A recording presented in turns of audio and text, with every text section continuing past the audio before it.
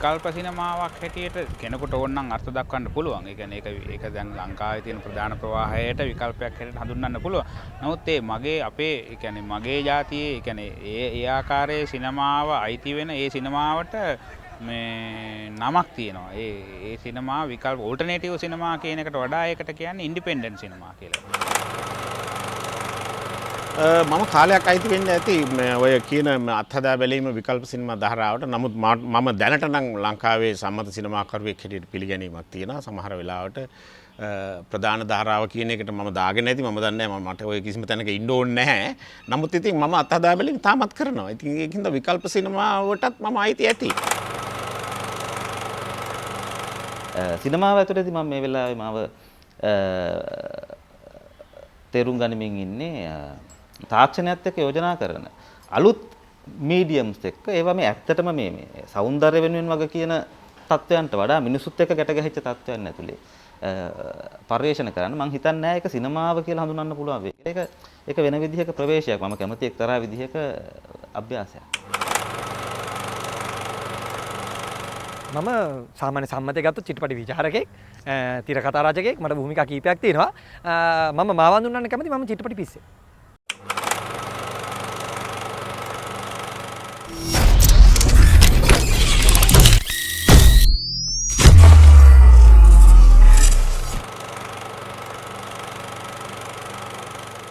විකල්ප සිනමාව කියන්නේ සාමාන්‍යයෙන් චිත්‍රපටි පෙන්වන විදිහක් තියෙනවා නම්, චිත්‍රපටි ආකෘතියක් තියෙනවා නම්, එහෙම නැත්නම් චිත්‍රපටි ක්‍රමයක් තියෙනවා නම් ඒකට මේ විකල්පයක් විදිහට ඕල්ටර්නේටිව් එකක් විදිහට එන එකක්. උදාහරණයක් හැටියට අපි හිතමු චිත්‍රපටි සිනමා ශාලාවක පෙන්වන චිත්‍රපටි තියෙනවා. ඒතකොට මේ සිනමා ශාලාවක පෙන්වන චිත්‍රපටි අපි සාමාන්‍ය සිනමාව හැටියට ගත්තොත් ඒ කියන්නේ ප්‍රධාන අපි විකල්ප නොවන සිනමාව හැටියට ගත්තොත් එහෙම ඊට පරිබාහිර සිනමාව තමයි විකල්ප සිනමාව හැටියට අපිට හඳුනා ගන්න වෙන්නේ. ඇත්තටම විකල්ප සිනමාව කියන එකේ මම හිතන්නේ නිකන් කාටවත් කියන්න බෑ මේ එක නිශ්චිත පැහැදිලි තේරුමක්. හේතුව මේ විකල්පය කියලා කියන්නේ එකේ තියෙන නිකම්ම අදහස. පවතින මොකක් හරි ප්‍රධාන දෙයක් තියෙනවා. ඒකට දෙවැනුව ඒකට පස්සේ නැත්තම් ඒක ප්‍රශ්න කරමින් හෝ ඒකට චැලෙන්ජ් එකක් කරමින් අභියෝගයක් කරමින් බිහි වෙන දෙවැනි විකල්පය. ඉතින් ලංකාවේ විකල්ප සිනමාව කිව්වෙන් පස්සේ ඒකේ ඔය ඕල්ටර්නේටිව් එක ඇතුළට ගොඩාක් දේවල් අයිති වෙන්න ඉඩ තියෙනවා. ඒ කියන්නේ එකක් තමයි ස්වාධීන සිනමාව, ඉන්ඩිපෙන්ඩන්ට් සිනමා කියන කැටගරි එකත් අපි කතා කරන්නේ විකල්ප සිනමාව කියන එක ඇතුලේ. ඊට පස්සේ අපි කිව්වොත් අවන්ගාඩ් සිනමා කියලා. ඒ කියන්නේ අලුත් අදහස් වලට යන අලුත් සොයා ගැනීම සිනමාව ඇතුලේ කරන්න උත්සාහ කරන සිනමාව. අවන්ගාඩ් සිනමාව කියන එකත් යන්නේ මේක ඇතුළට. ඒ වගේම එක්ස්පෙරිමෙන්ටල් සිනමා කියන කැටගරි එකත් මේක ඇතුළට වැටෙන්න ඉඩ තියෙනවා. ඉතින් මේ විදිහට විකල්ප සිනමාව කිව්වහම ගොඩාක් කැටගරිස් එකතු වෙච්ච ඇත්තටම හරිය නිශ්චිත අදහසක් නැති ඒ වෙලාවට ඒ විදිහට හඳුනා දීම කරන්න පුළුවන් විදිහේ සිනමා ප්‍රවර්ගයක් විදිහට තමයි මම විකල්ප සිනමාව දකින්නේ. විකල්ප සිනමාව කියන එක විදිහට අර්ථ දක්වන්න පුළුවන්. සාමාන්‍යයෙන් සමස්තයක් හැටියට ගත්තොත් එහෙම දැන් අපි සිනමාවේ පිළිගත්තු සිනමා ධාරාවක් තියෙනවානේ. ඒ ධාරාවට අයිති නොවන අලුත් අත්හදා බැලීම් සහ සාමාන්‍ය ජනප්‍රිය කියලා සම්මත සිනමා රටාවෙන් පිටපැනපු සිනමා රටාවක් තමයි විකල්ප සිනමාව හැටියට අපිට සරලව හඳුන්වන්න පුළුවන්. මේකෙදී එක එක්කෙනා එක විදිහට අර්ථ දක්වලා විකල්ප සිනමාව කියන්නේ මේකයි කියලා එක විදිහට කියනවා. කොහොම වුණත් පවතින ප්‍රධාන ධාරාව සහ පිළිගත් සම්මත ධාරාවට හසු නොවන වෙනත් විදිහක සිනමා ධාරාවක් තමයි විකල්ප සිනමාව කියලා හඳුන්වන්න පුළුවන්. විකල්ප සිනමාව ගැන මගේ පෞද්ගලික අදහසකට වඩා මම ලෝකේ තියෙන විකල්ප සිනමාව කියන්නේ මොකද්ද කියලා කියන්නේ. දැන් ලෝකේ සිනමාව ගත්තොත් මේන්ස්ට්‍රීම් සිනමා කියලා අපි කතා කරනවා දෙයක්. ඒකට කියනවා අපි ප්‍රධාන ධාරාවේ සිනමාව කියලා. ඊට අමතරව කියනවා ඕල්ටර්නේටිව් සිනමා කියලා. ඒක තමයි මම හිතන්නේ ඕගොල්ලන් ඔය කතා කරන විකල්ප සිනමාව කියන එකට අයිති වෙන්නේ. අපි ඇමරිකාව ගත්තොත් ඇමරිකාවේ ප්‍රධාන සිනමා කර්මාන්තයේ තියෙන ප්‍රධාන සිනමා සමාගම් 5ක් 6ක් පමණ තියෙනවා. MGM, Universal, Paramount Pictures වගේ ආයතන. මේවයින් එළිය හදන මේ ප්‍රධාන සමාගම් වලින් ප්‍රධාන ධාරාවේ වෙළඳ අරමුණු වලින් එළියේ හදන කලාත්මක ධාරාවේ චිත්‍රපටි වලට කියනවා B movies කියලා. ඒ B ධාරාවේ චිත්‍රපටි කරුවන් ඉන්නවා. මාටින් ස්කෝසෙසි ඊකට ගත්තම මාටින් ස්කෝසෙසි සමහර වෙලාවට ප්‍රධාන ධාරාවේවත් කරනවා. ඒ වගේම ගස් වෑන් සෑන්ට් අද වගේ වෙනකොට විශාල සිනමා කරුවන් ප්‍රමාණයක් ඉන්නවා. ඔවුන් විශාල සිනමා කර්මාන්තයක් තියෙන රටක එහෙම විකල්පයක් තියෙනවා. ඒ වගේම අපි ගත්තොත් ලතින් ඇමරිකාවේ වෙනම මූව්මන්ට් එකක් ආවා. අපි ගත්තොත් ලෝක සිනමාවම සලකනකොට මේන් ස්ට්‍රීම් සිනමාව කියලා තියෙනවා. ඊට අමතරව ආර්ට් හවුස් සිනමා කියලා අපි කියනවා. කලාත්මක ධාරාවේ සිනමාව කියලා. මේ සිනමාව සැලකුවත් මේකත් ප්‍රධාන ධාරාවක් තමයි එක පැත්තකින්. ඒක නිසා ලතින් ඇමරිකාවේ මට මතකයි 960 ගණන් වල ෆර්නැන්ඩෝ සොලනාස් කියලා ආජන්ටිනියානු ජාතික සිනමාකරුවෙක් සහ විචාරකෙක් ඔහු මූලිකව තර්ඩ් සිනමා කියලා එකක් තුන්වෙනි සිනමාව කියලා එකක් හැදුවා. ඒක වුන් නියමිත අර්ථයෙන් විකල්ප සිනමාව කියලා සලකුණු කරන්න උත්සාහ කරා. නමුත් ඒක පහු වෙනකොට නැති වෙලා ගියා. මගේ මෙතන මම මතු කරන්න උත්සාහ කරේ විකල්ප සිනමාව කියලා අපි දෙයක් කතා කරනකොට මහා සිනමා කර්මාන්තයක් තියෙනවා. විශාල සිනමා කර්මාන්තයක් ඇතුලේ තමයි විකල්ප සිනමාව කියලා දෙයක් බිහි වෙන්නේ. ඉතින් ඒ අර්ථයෙන් සලකනකොට ප්‍රධානම විශාල සිනමා කර්මාන්තයක ප්‍රධාන දෘෂ්ටිවාද ඒ කම්පැනි වල අරමුණු ප්‍රදර්ශන සමාගම් වල නිෂ්පාදක සමාගම් වල අරමුණු වලින් එපිට මිනිස් දේශ අරගල සහ මිනිස් දේශපාලනික අරගල වෙනුවෙන් තැනෙන අර අපි කියනවා ලොකු සේ එකක් නැති ලොකු ඔව් එකක් හම්බෙන්නේ නැති චිත්‍රපටි වලට තමයි අපි කියන්නේ සරලව විකල්ප ධාරාවේ සිනමාව කියලා. ලංකාවේ ඒ අර්ථයෙන් විකල්ප සිනමාවක් නෑ මගේ අදහස. අපි විකල්පයි කියලා කියන හැම චිත්‍රපටිකරුවෙක්ම ප්‍රධාන සිනමා ශාලාවල චිත්‍රපටි කර පෙන්වන කට්ටිය. ඒ කියන්නේ අපි විකල්ප සිනමාව කියලා සාමාන්‍යයෙන් කතා කරන අශෝක හඳගම හෝ වෙනත් සංජය පුෂ්පකුමාර හෝ විමුක්ති ජයසුන්දර හෝ ඕනෑම පතිරාජකින් නම් පතිරාජත් විකල්ප සිනමාකරුවෙක් විදිහට සැලකුණේ ඒ ඕන කෙනෙක් ලංකාවේ ප්‍රධාන සිනමා ධාරාවේ ප්‍රධාන සිනමා ශාලාවල චිත්‍රපටි පෙන්වන උදවිය. එතකොට ඒ අර්ථයෙන් පුළුල් අර්ථයෙන් ගත්තම ලංකාවේ විකල්ප සිනමාව කියලා එකක් නෑ. මහා සිනමාව කියලා එකකුත් ඇත්තටම නෑ.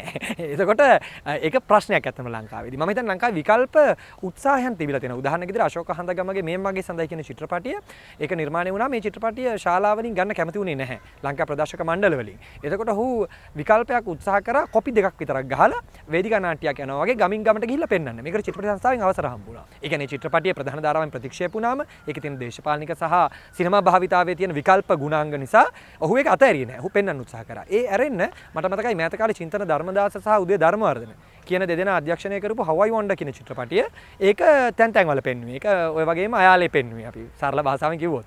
එතකොට ඒකේ යම් තරමක විකල්පයක් උත්සාහ කරා. ඒ ඇරෙන්න මම ඇත්තටම දකින්නේ නැහැ අපි කියන මේ දිගු චිත්‍රපටි ෆීචර් ෆිල්ම්ස් ලංකාවේ එහෙම විශේෂයෙන් විකල්ප සිනමා ධාරාවක් විදිහට තියෙනවා.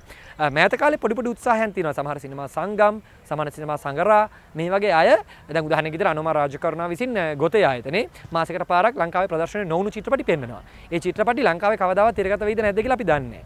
ඒතකොට ඒ වගේ උත්සාහයන් තියෙනවා. නමුත් මං හිතන්නේ පුළුල් අර්ථයෙන් ගත්තම මගේ නම් අදහස විකල්ප සිනමාව කියලා දෙයක් ලංකාවේ නැහැ. ලංකාවේ විකල්ප සිනමාවක් තියෙනවා. නමුත් ලංකාවේ විකල්ප සිනමාව කියන එක ඒ තරම්ම ප්‍රබලව යන්නේ නැහැ. ඒවට ප්‍රශ්න තියෙනවා. මම හිතනවා අලුත් පරම්පරාවේ ළමයි තරුණයෝ විශේෂයෙන්ම විකල්ප සිනමාවකට උත්සාහ කරනවා. නමුත් ඔවුන්ට අපේ සිනමා ක්ෂේත්‍රයේ තියෙන ප්‍රශ්නත් එක්ක කිසියම් පසුබෑමකට සහ ඔවුන් කිසියම් සීමාවකට ලක් වෙනවා.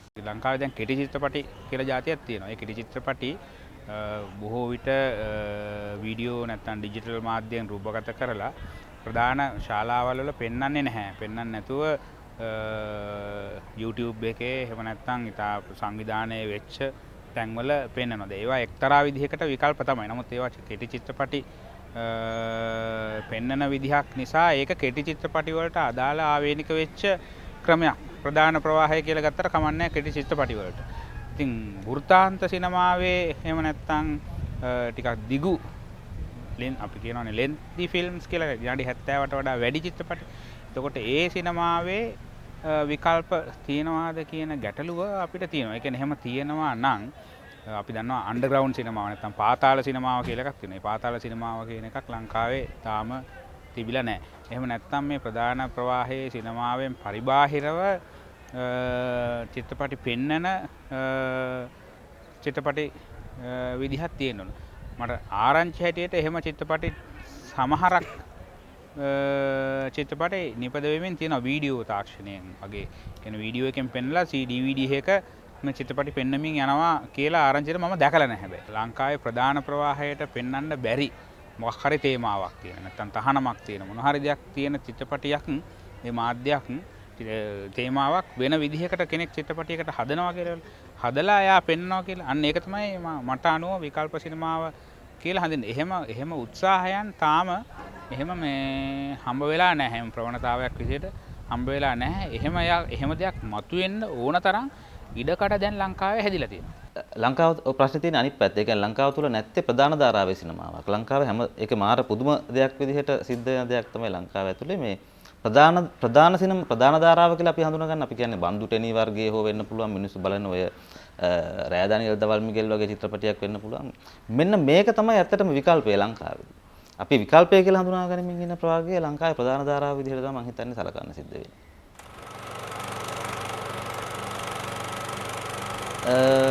මම හිතන්නේ ලෝකෙත් එහෙම තමයි. ලෝකේ ඒ තත්වයන්ට සාපේක්ෂව තමයි විකල්ප සිනමාව කියන එකට අර්ථයක් දෙන්න සිද්ධ වෙන්නේ. ලංකාවේ තත්ත්වය හැටියට අපිට විකල්ප සිනමාවට දෙන්න තියෙන අර්ථය වෙනස් වෙනවා. ඉතින් ඒ කියන්නේ ලංකාවේ විකල්ප සිනමාව කියලා හඳුන්වා ගනිමින් ඉන්නේ ප්‍රධාන ධාරාවේ ප්‍රවර්ගය නම් ඇත්තටම අපිට ප්‍රධාන ධාරාව නැවත නිර්මාණය කිරීම විකල්ප සිනමාවේ ප්‍රවේශයක් විදිහට කරන්න උත්සාහ කරන්න සිද්ධ වෙනවා. මොකද ඒක දරුණු තත්ත්වයක් අරන් පවතින්න බෑ.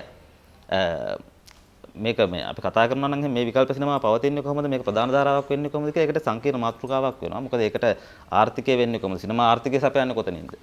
කියන ප්‍රශ්නයත් එක්ක අපිට යන්න වෙනවා. මොකද ඇත්තටම ගත්තොත් එහෙම අපි විකල්ප සිනමාව කියන ධාරාව ප්‍රධාන ප්‍රාග්ධන ප්‍රවේශයක් එක්ක සම්බන්ධ වෙනවා. ප්‍රධාන ධාරාව කියලා හඳුනා ගනිමින් ඉන්න ධාරාවට වඩා.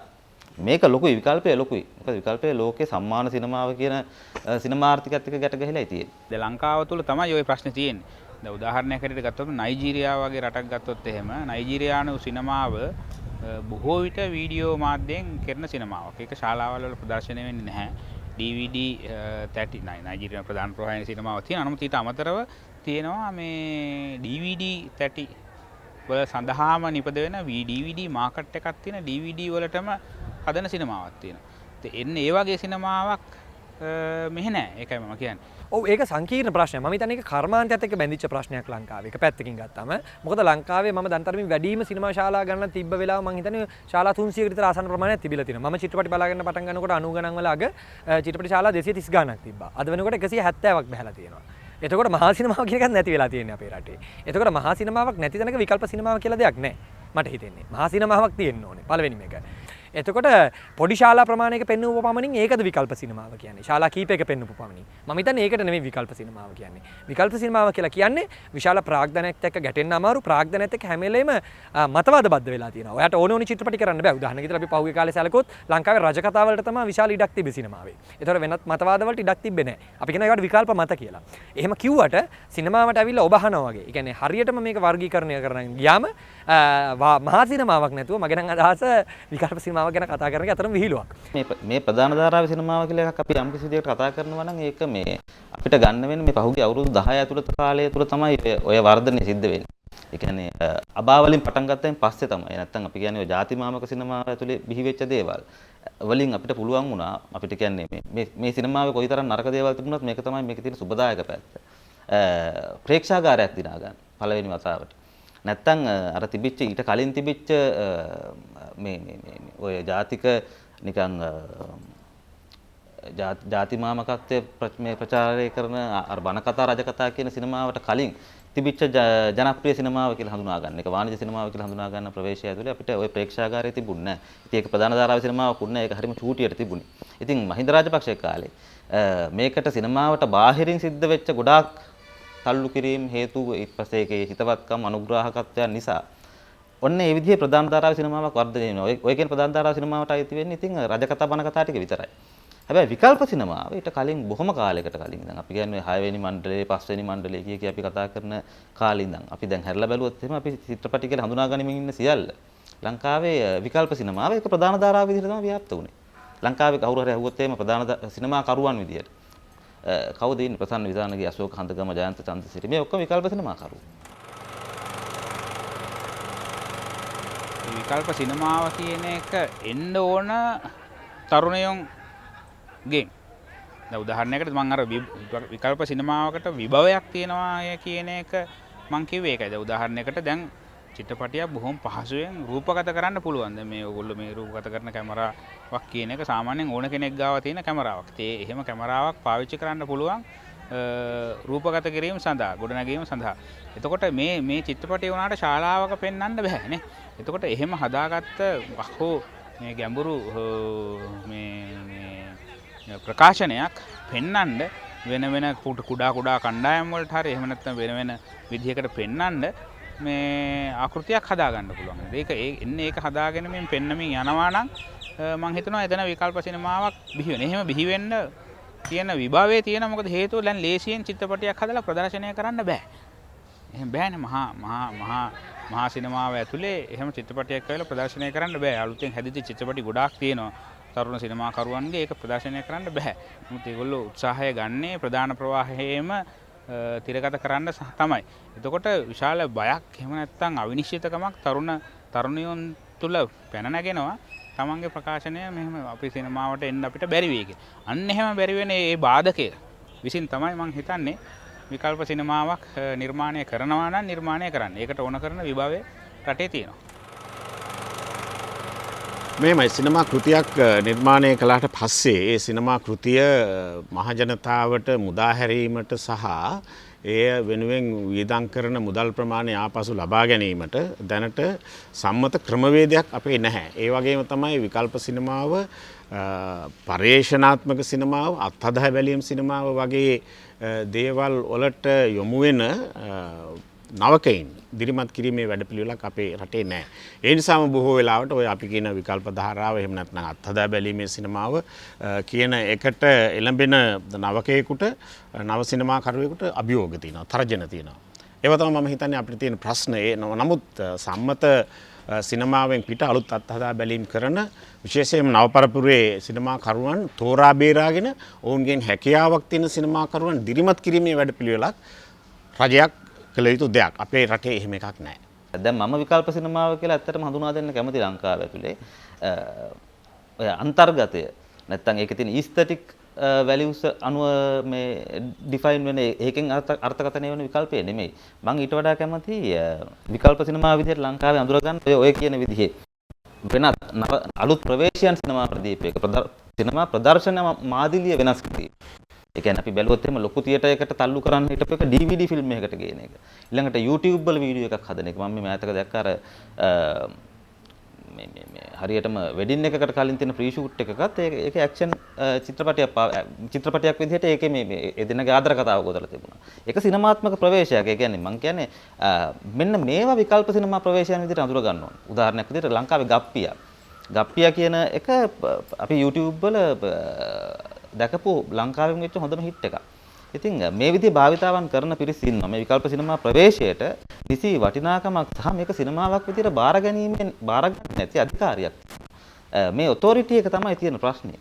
සැබෑ විකල්පයක් ගොඩනගෙන දෙන්නේ නැත්තේ, විකල්පයට වටිනාකමක් දෙන්නේ නැත්තේ අපි දැනට විකල්පය කියලා හඳුනා ගනිමින් ඉන්න පිරිස අතර තියෙන අධිකාරිමය බලය. මම හිතන්නේ මූලික අවවර්ධනය. අපේ රටේ තියෙන සමස්ත හැම විෂය ක්ෂේත්‍රයකම වගේ තියෙන අවවර්ධනය. දැන් තාක්ෂණය ඇවිල්ලා ගොඩක් කල් ලංකාවේ දැන් iPhones වලින් ෆිල්ම් කරනවා, 5D වලින් ෆිල්ම් කරනවා, කැමරාස් වලින් ෆිල්ම් කරනවා එහෙම තියෙනවා.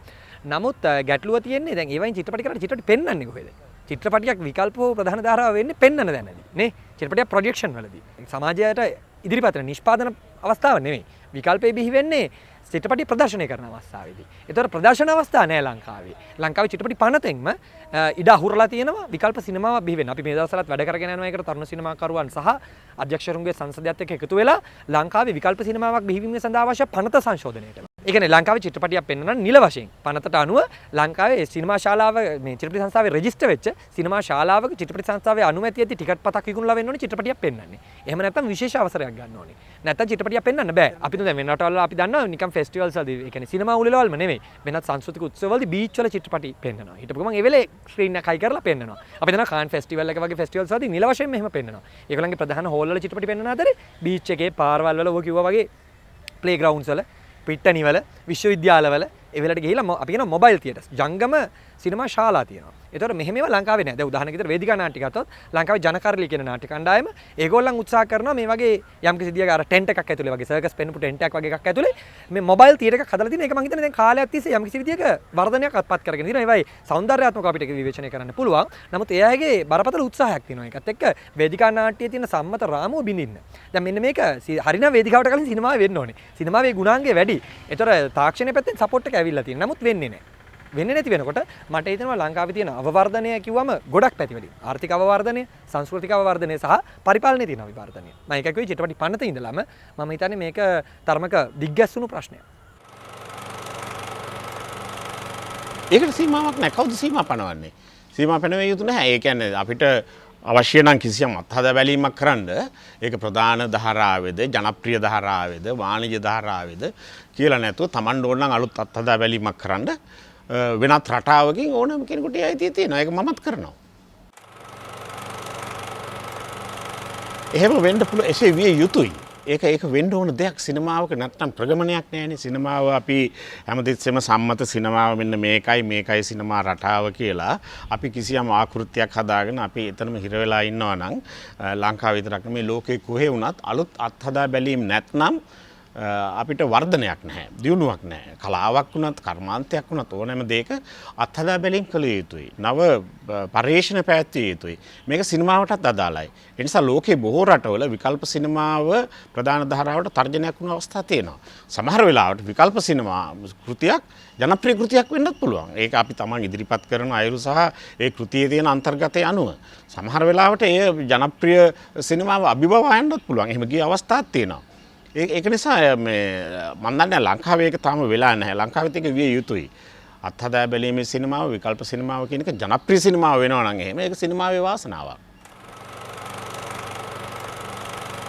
සිනමාව නෙමෙයි ඕනම කලාවක් හෝ වඩු වැඩක් හෝ මම කියන්නේ අපි කියන්නේ හරියටම දැන් ඇප් එකක් ජනප්‍රිය කරන්න පවා විචාරයක් අවශ්‍ය වෙනවා. මොකද ඒක පාවිච්චි කරන මිනිහා ඒකත් එක්ක සම්බන්ධ වෙන මිනිස්සයා එයාගේ ෆීඩ්බැක් එක එළියට දෙන්න ඕන.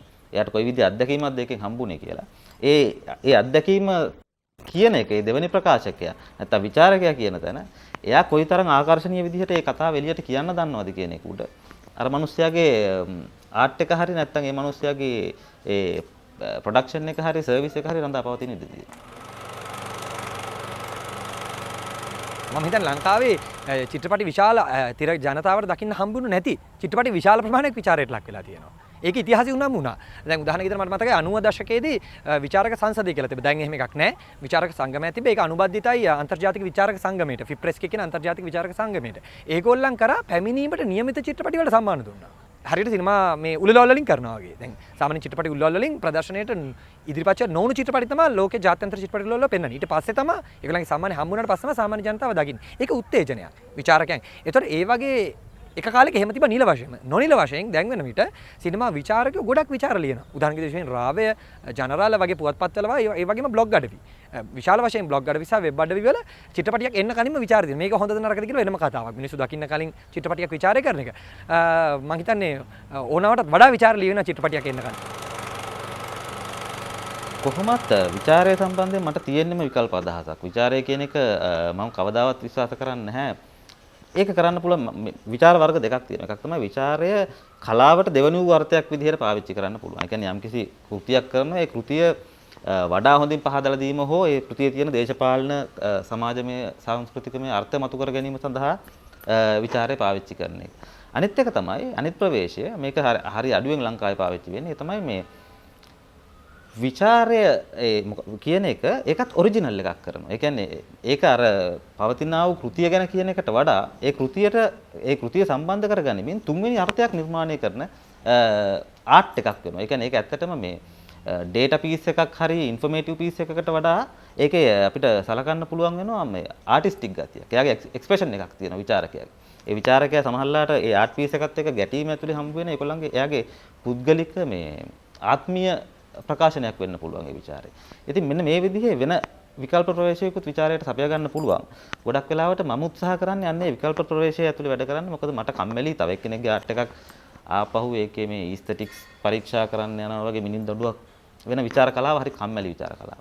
ඒකේ මම හිතන්නේ හතරස් රාමුවක් නැහැ. විචාරකයාගේ භූමිකාව කියලා එහෙම හතරස් රාමුවක් නැහැ. විචාරකයාගේ භූමිකාව අපිට මල්ටිපල්. උදාහරණයක් විදිහට සෞන්දර්යාත්මක විචාරකයෝ ඉන්නවා. ලංකාව විතරක් නෙවෙයි ලෝකෙ වටේම චිත්‍රපටියක වර්ණ සංයෝජනය, රංගනය මේ වගේ දේවල් කතා කරන. මූලිකව ගත්තොත්. අනිත් පැත්තෙන් ඉන්නවා චිත්‍රපටියේ දෘෂ්ටිවාදය සහ සමාජ දේශපාලනය කතා කරන. මම වැඩිපුර අයිති වෙන්නේ මේ පැත්තේ විචාරකෙක් විදිහට. එතකොට මේ දෙගොල්ලම ගත්තොත් ලංකාවේ මම හිතන්නේ මෑත කාලේ ඉන්නවා. සමාජ දෘෂ්ටිවාදය සහ දේශපාලනික විචාරය කියන එක ඉතාම ඉහළ තලයකට දියුණු වෙලා තියෙනවා. හොඳම උදාහරණයක් ගෑසාග. මම හිතන්නේ විශාල චිත්‍රපටි විචාර ප්‍රමාණයක් ගියා. ඒ බොහෝ දෙනෙක් 90% දෙනා සිනමා විචාරකයෝ නෙවෙයි. ඉතින් ඒක හොඳම හොඳ තත්ත්වයක්. මම හිතන්නේ ගැටලුව තියෙන්නේ සෞන්දර්ය විචාරය. මම හිතන්නේ ලංකාවේ චන්දන සිල්වාගෙන් පස්සේ ලොප් වෙච්ච ගතියක් තියෙනවා. චන්දන සිල්වා කියලා විචාරකයෙක් හිටියා. ඔහු ෂොට් එකකින් ෂොට් එකේ සිනමා කෘතියක් ඇනලයිස් කරනවා සෞන්දර්යාත්මකව. ඇයි මේ ෂොට් එක මෙතනින් කැපුණේ? ඇයි මේක මධ්‍යම සමීප රූපයකට ගියේ? මෙන්න මේ ආකාරයට ඔහු විශ්ලේෂණය කරනවා. සෞන්දර්ය විචාරයේ පැත්තෙන් මම හිතන්නේ ලංකාව ගොඩක් නොදියුණු තත්යකට අද වෙන විට පත් වෙලා තිනවා. මම ඒක සලකුණු කරන්නේ චන්දන සිල්වාගෙන් සෞන්දර්ය විචාරය ලොප් වෙලා තියෙන්නේ කියලා. මේ මගේ සඳයි වගේ චිත්‍රපටයක් ගත්තොත් එහෙම ඒක අපි විකල්පව පෙන්වන්න උත්සාහ කරා. උදාහරණයකට මේ මගේ සඳයි ප්‍රධාන ප්‍රවාහයේ තිරගත වුණේ නැහැ. තිර සිනමා ශාලාවල තිරගත වුණේ නැහැ. නමුත් අපි ඒකට කරා අපි සිනමා ශාලා රෙන්ට් එකට අරගෙන අපි ඈත ගම්වල චිත්‍රපටය පෙන්වුවා. කියන්නේ මොනරාගල වගේ තැනක අපි ගිහිල්ලා මොනරාගල සිනමා ශාලාව දවසකට අපි කුලියට ගත්තා. ඒ චිත්‍රපටයට ඕන කර ඒ කියන්නේ ඒ සඳහා හෝල් එකට ඕන කරන හවුස්ෆුල් රේට් එක ගෙවලා කුලියට ගත්තා. කුලියට අරගෙන ඒ දවසේ අපි දර්ශන 3ක් කරා. ඒ කියන්නේ ඒ දවස ඇතුළත චිත්‍රපටිය 3000ක් නැරඹුවා. ඒක සාමාන්‍ය මොනරාගලට චිත්‍රපටිය නිකම් උදාහරිය නම් මේ මාසයක් තිබිලත් 500ක් බලන එකක් නැති වෙයි. මොකද එක දවස ඇතුළත 3000ක් ඒ චිත්‍රපටිය නැරඹුවා. ක්‍රමයක් විදිහට ඒක ඉතාමත් සාර්ථක වුණා. නමුත් ඒක දිගට කරගෙන යන්න හම්බුන්නේ නැහැ. වෙනත් මේ බාධක ඇවිල්ලා ඒක තිටවන්න සිද්ධ වුණා. සිනමාව විතරක් නෙමෙයි සිනමාව කවිය නවකතාව මොන විදිහේ මම වැඩ කරමින් ඉන්න කලාවේ මට මුණ ගැහෙන ආකෘතීන් ගත්තත් මේ ආකෘතීන් වල තියෙනවා මේ මට මාව ප්‍රකාශ කරන්න බැරි ගතියක් සහ ඒ ආකෘතිය විසින් යම්කිසි සම්ප්‍රදායක් ගොඩනගලා ඒ සම්ප්‍රදාය ආගමක් විදිහට පරිස්සම් කරන එකක් ඕනම ආර්ට් එකක් ඇතුළේ ඕනම සයන්ස් එකක් ඇතුළේ තියෙනවා. ඉතින් කවුරු හරි මිනිස්සෙකුට උවමනාවක් නැත්තම් ඒ සම්ප්‍රදාය පරිස්සම් කරන්න හරි ඒ සම්ප්‍රදාය විසින් Tamanට අර්ථයක් සපයා ගන්න හරි ඕන නැත්තම් ඒ මිනිස්සයාට ඕන තමන්ගේ ප්‍රකාශනය කරන්න නම් ඒ මිනිස්සයාට හැමතිස්සෙම සිද්ධ වෙනවා. ඒ තියෙන ආකෘතියෙන් Tamanට ඕන විදිහට එහෙට මෙහෙට කරලා හදාගන්න. එතකොට එහෙට මෙහෙට කරලා හදාගනිද්දී ඒකේ තියෙන න්‍යායන් හෝ සම්ප්‍රදායන් හෝ කියන දේවල් චැලෙන්ජ් වෙන්න පටන් ගන්නවා. එතකොට මේ ඒ මිනිස්සයා ආර්ට් එකක් ඇතුලේ කොටු වෙනවද නැත්නම් ආර්ට් එක ඒ මිනිස්සයා තමන්ගේ ඇතුලට ගන්නවද කියන එළඹුම් දෙක තමයි මම හිතන්නේ අපි පටලවා ගනිමින් ඉන්නේ. බාධක ජය ගන්න ඕන කරන පරිකල්පනය ඇති වෙන්න ඕනම තරුණයින් අතින්ම තමයි. උදාහරණයකට වෙන කෙනෙකුට කියලා දැන් උදාහරණයකට මේ මගේ සඳයි කෘතිය හදන්න මට ලෙස්ටර් ජේම්ස් පීරිස්වත් පතිරාජවත් කියලා දුන්නේ නැහැ නේ. මේ අශෝක ඔහොම චිත්‍ර පොගුලන්ට ඔහොම කරලා චිත්‍රපටි කරන්න හම්බෙන්නේ නැහැ. මොකක් හරි මෙන්න මේ විදිහට එකක් කරන්න කියලා වගේ කියලා දෙන්න ආවේ නැහැ. අපිම තමයි ඒක හොයාගන්න සිද්ධ වෙන්නේ. ඒ වගේ දැන් බාධකයට මුහුණ දෙන්නේ කවුද? ඒ බාධකයට මුහුණ දෙන්න කෙනාම තමයි මේ බාධකය ජය ගන්න ඕන. ඒකට ඕන කරන පරිකල්පනය මේ මුහුණ දෙන කෙනා තුලම ඇති වෙනවා. ඉතින් ඒක තනි පුද්ගලයෙක් තුල ඇති වුණාට ඒක මේ සංවිධානාත්මකව බලවේගයක් විසින් ඒ පුද්ගලයා තුල ජනිත කරන දෙයක්. ඒ හින්දා එහෙම ඒවා බිහි වෙයි කියන ප්‍රාර්ථනාව සහ බලාපොරොත්තුව මගේ හිතේ තියෙනවා. විකල්ප සිනමාව කරනවා කියලා කවුරුවත් ප්‍රවිෂ්ඨ වෙන්න ගියොත් එහෙම වැඩේ නතර වෙනවා. ඒ කියන්නේ එහෙම කරන්න බෑ සිනමාව. තමන් කැමති මොකක් හරි එකක් සමහරලාට යට හිතෙන්න පුළුවන් එයාගේ මල්ලිගේ බර්ත්ඩේ පාටි එක තමයි එයා ෂූට් කරන්න ආස කියලා. ඒ ෂූට් කළා එයා ඒ කතාව එඩිට් කරන විදිහට සමහරලාට වොයිස් නරේෂන් එකක් දාන විදිහට මියුසික් ඇඩ් කරන විදිහට මේකේ සිනමාවක් නිර්මාණය වෙන්න පුළුවන්. ඉතින් Tamanට රෙකෝඩ් කරන්න පුළුවන් ඕන තැනකින් පටන් ගන්න ඕන. සිනමාව නැවතිලා බලන් ඉන්නේ අපිට ඔක්කොම දේවල් හම්බ වෙලා මේ ඒ කියන මොකක් හරි අයිඩියල් සිනමා කෘතිය අපි ළඟට එනකම් ඒ වෙනුවට මේ අපිට සිද්ධ වෙනවා අපි දන්නේ නැහැ ඒක කොයි වෙලාවෙද නිර්මාණය වෙන්නේ අපේ සිනමාව කොයි වෙලාවෙද හැදෙන්නේ නැත්නම් ඒ සිනමාව අපි මරණකම් හැදෙන්නේ නැති වෙන්න පුළුවන්. ඒක තව අවුරුදු 25ක් 30ක් ගියන් පස්සේ කවුරු හරි මිනිස්සෙක් ඇදලා ගන්න පුළුවන් නෑ මෙන්න මේ වගේ දෙයක් කරලා තියෙනවා ඒ කාලේ ගණන් අරගෙනවත් නැහැ කියලා එළියට. ඉතින් මෙන්න මේ විදිහේ අපිට කරන්න අර ඔක අර ජනප්‍රිය විදිහට කියනවා නම් කියන්නේ මේ ගස්වල මල් පිපෙන්නේ නිකන් මල් වලට ඕන විදිහ හින්දා මිසක් නෑ ලෝකෙට සුවඳ දෙන්න කියන එක මේ බොරුවට කවිකාරයෝ කියන කතාවනේ. ඉතින් ඒ වගේ Tamanට කියන්න තියෙන දේ Tamanගෙන් කොහෙන් හරි එළියට එනවා. ඒකට තමයි තාක්ෂණයේ ටෙක්නොලොජි එක සපෝට් කර ඉන්නේ. පුළුවන් තරම් සිනමාව ගැන න්‍යායන් උගන්වන අයගෙන් ඈත් වෙලා ඉන්න එක තමයි මම හිතන්නේ කරන්න පුළුවන් හොඳම දේ. මම කියන්නේ කිසිම ගයිඩන්ස් එකක් පිළිගන්න එපා. මොකද මම වාට උත්තර දෙන්න ඩෙරිඩා කියන දාර්ශනිකයාගෙන් අහනවා ඔබ අහන්නේ අනාගතය ගැන නේ. ඔබ අදහස් කරනකොට විකල්පය මේ ඉස්සරහට අපි නොදන්න දෙයක් ගැන. ඩෙරිඩාගෙන් අහනවා ඔයාට අනාගතය කියලා කියන්නේ මොකද්ද කියලා. එයා අනාගතය කියලා එයා ලස්සන උත්තරයක් දෙනවා. එයා කියනවා එයාගේ ඩෙරිඩා කියන ෆිල්ම් එකේ තියෙන එක. එයාගේ බයෝග්‍රැෆි එකේ එයා කියනවා අනාගතය කියන්නේ මම නොදන්න දේ. ඒක මම දැන් කිව්වොත් ඒක අනාගතය නෙවෙයි කියලා. ඒ වගේ මම හිතන්නේ අපි අනාගතය දකින විකල්ප සිනමාව කියලා කියන්නේ අපි දැන් නොදන්න දේ.